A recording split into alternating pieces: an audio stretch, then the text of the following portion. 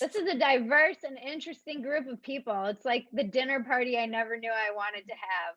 I'm really worried about you. Have you got coffee or like Red Bull or drugs? I mean, just something like how you even. You've spoken to so many amazing people. Aren't you falling asleep? No, I feel I think I'm an extrovert. So it gives I get energy from talking to people and hearing their Nice. stories but let's talk about you. Justin Brown is one of New Zealand's highest profile creatives according to the New Zealand Herald. Justin's teacher once scolded him for asking too many questions, to which he replied, "How can you ask too many questions?" Since then, Justin has enjoyed a long and hugely enjoyable career as a TV producer, breakfast radio host, and the author of 33 books for adults and children. His travel books will restore your faith in mad journeys and the kindness of strangers. I love that. In Search of Swingers tells the story of Justin touring the US and playing golf with whoever is on the front page of the newspaper in every town he visits. You are a wanderer like myself. You've traveled all over the world. Can you give an example of how you've combined creativity and world travel other than this past one of golfing with whoever's on the front page of every newspaper? Well, yeah. So in New Zealand here, we have a Maori proverb, which is he tangata, he tangata, he tangata, which is it is the people, it is the people, it is the people.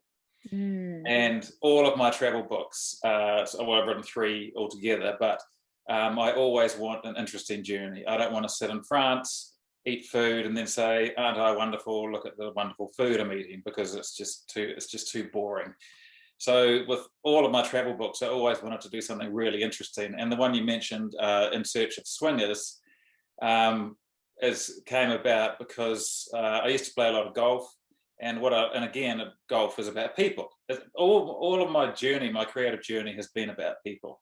And I Mm. thought, what is the craziest idea I could think of? So I thought, let's go and play golf in America. But no, let's try and play golf with whoever's on the front page of the newspaper in whatever town I'm in. So for some reason in my career, I'm just thinking about this when you've been talking to all these amazing people. I don't know why I've jumped off a cliff or gone for the absolute craziest thing I could think of, but I do it. And stand-up comedy for 5 years when I was like 20, and then gotten into radio, breakfast radio, which is kind of scary every day for like 10 years, 15 years. Wow. And so when I went to the States, I just thought, oh man, I really want to find, first of all, if you're playing golf with the person on the front page of the newspaper, half the work's done for you because the journo's already found the really interesting story. You can Right. just sort of gate crash and roll in there and go, I'm going to find this person, I'm going to play golf with them. So for example, I arrive in New York City, I fly from Auckland, New Zealand to New York City, and I find on the front page of the New York Post was a man who was walking his dog in Central Park and he ran into an alligator.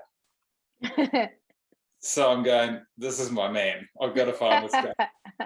And it's very difficult trying to find the people because you're on the phone and you have to explain that you're not an ex-murderer and that I just want to play golf with this dude, you know. And I tracked him down and he had a fascinating story. Did he play golf? No. No one in this book actually played golf. And it didn't worry me a bit because I'm all about the people, right? Mm-hmm. So then I got the train down to Richmond, Virginia. The next people I met were on the front page of the Richmond Dispatch were 2 clowns getting married. Oh God. Oh man, this is just a dream come true. So I call up the Richmond Dispatch and say, these clowns that are getting married, who are they? Oh, well, it's Bonkers and Sweet Thang. Not Sweet Thing, Sweet Thang. And I'm like, okay, well, so I gate crash their wedding, and there's 70 clowns in full costume, including the celebrant who had bells on his shoes and a parrot on his shoulder. Oh God.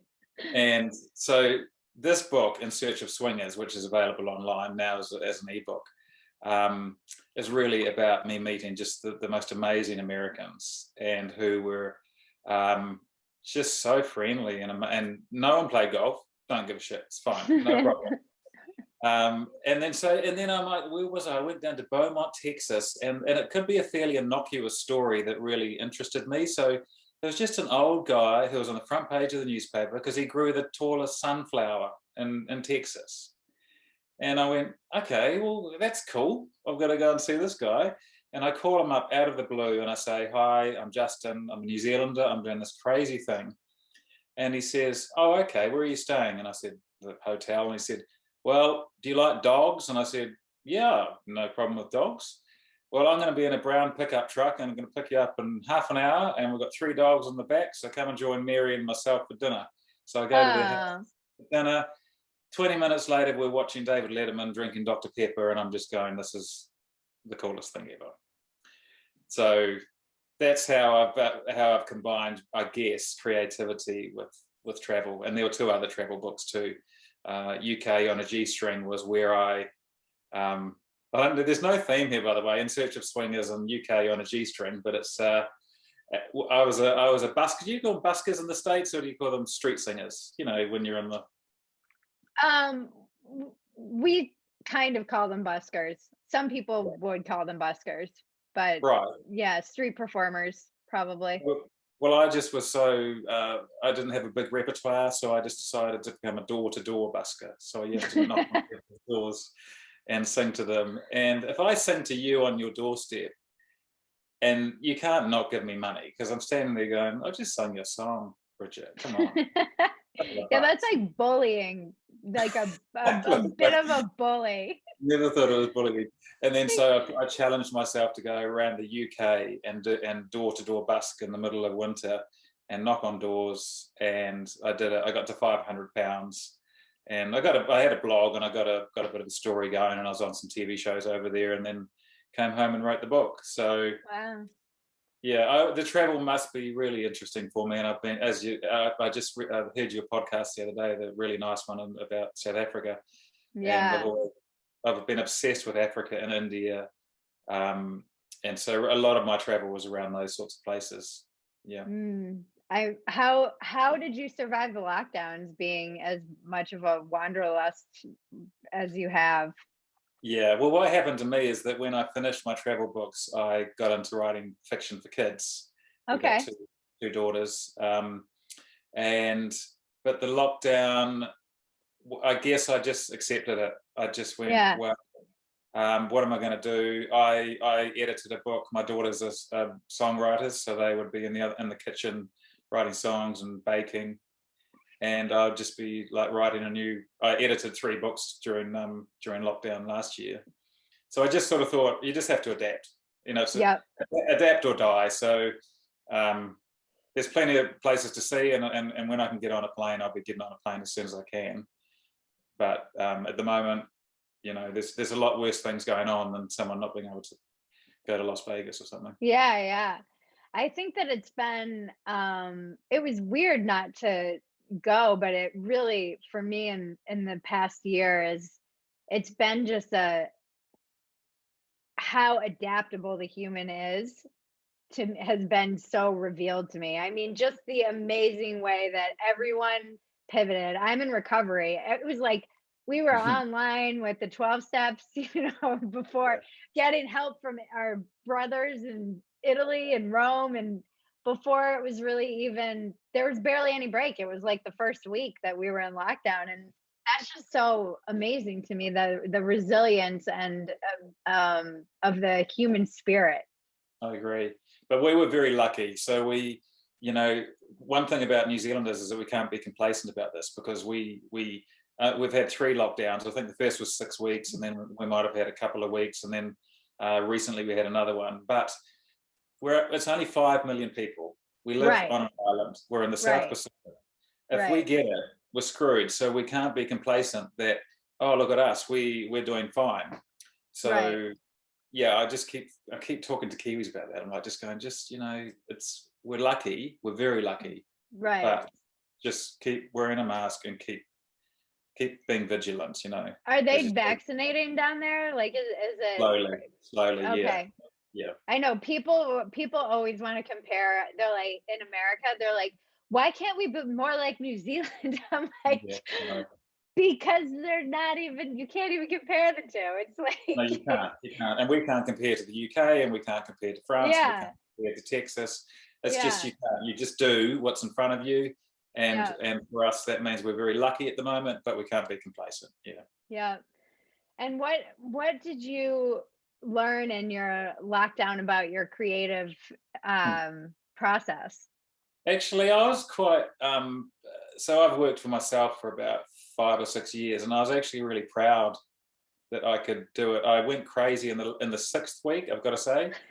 I started to have the gin and tonic cabinet was opened a bit more than usual, and but I was actually proud of us and my wife and my daughters that we could do it.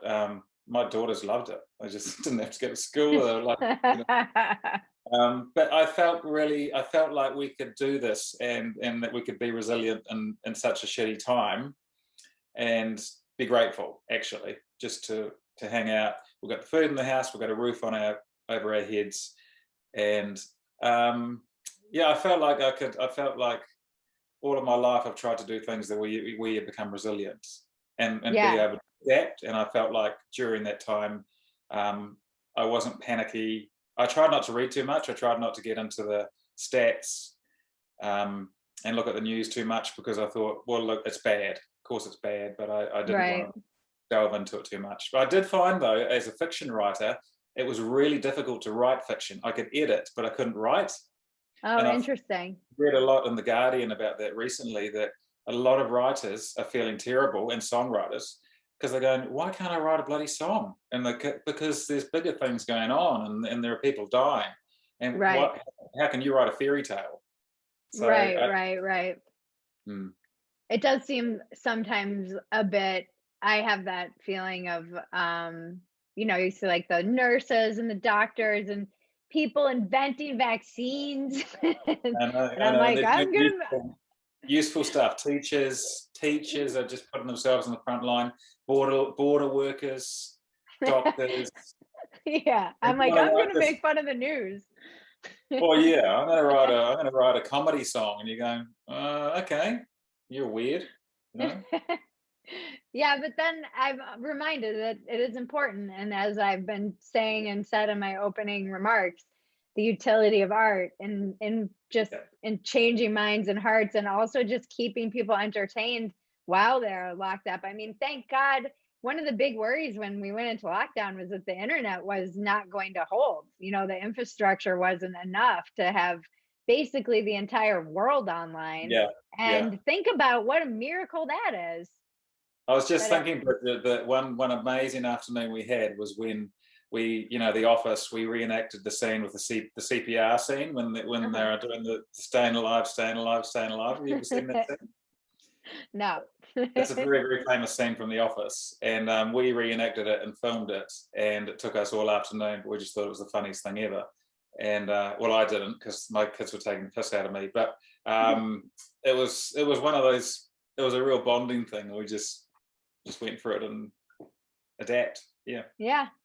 And who or what inspires you creatively? Who I would say David Bowie, Jim Henson, Asterix, Spike Milligan, Ricky Gervais. I love it how he says, "Just be a cocky little nobody." That's his mantra. But I've got to say, actually, my daughters, because Mm, they are songwriters and very creative, and they blow me away with how they can write a song, do TikTok, figure out the chords, and figure out software to put it all together. And my mind is just kind of exploding, because I'm on a pen and paper going, what? You know what I mean? yeah. So I would say watching, and I do a lot of school talks too for my kids' fiction. So honestly, and it's such a cliche, but it's the young people. It's like watching them just go, your brain, you have no baggage. We need to defrag. Yeah. We need to get rid of all the temporary files, but they don't have those. They can just really go for it, and I really admire that. Yeah. Yep. The fearlessness and kind of ignorance of youth. Yeah. How well, thank you. Are you giving a presentation later this week? I don't think I am, but I'm happy to. Okay. Well, Yeah. maybe they'll get you on the schedule. Yeah. Um, and otherwise, I'll probably be in touch about my podcast as well. So thank I you for love your taking time podcast. with us. I Oh, listen to the podcast religiously. Yeah, yeah, yeah, yeah. So thank you're you. You're onto it. Thanks. Well, thank you for spending some time with us. No problem. Thanks, Bridget.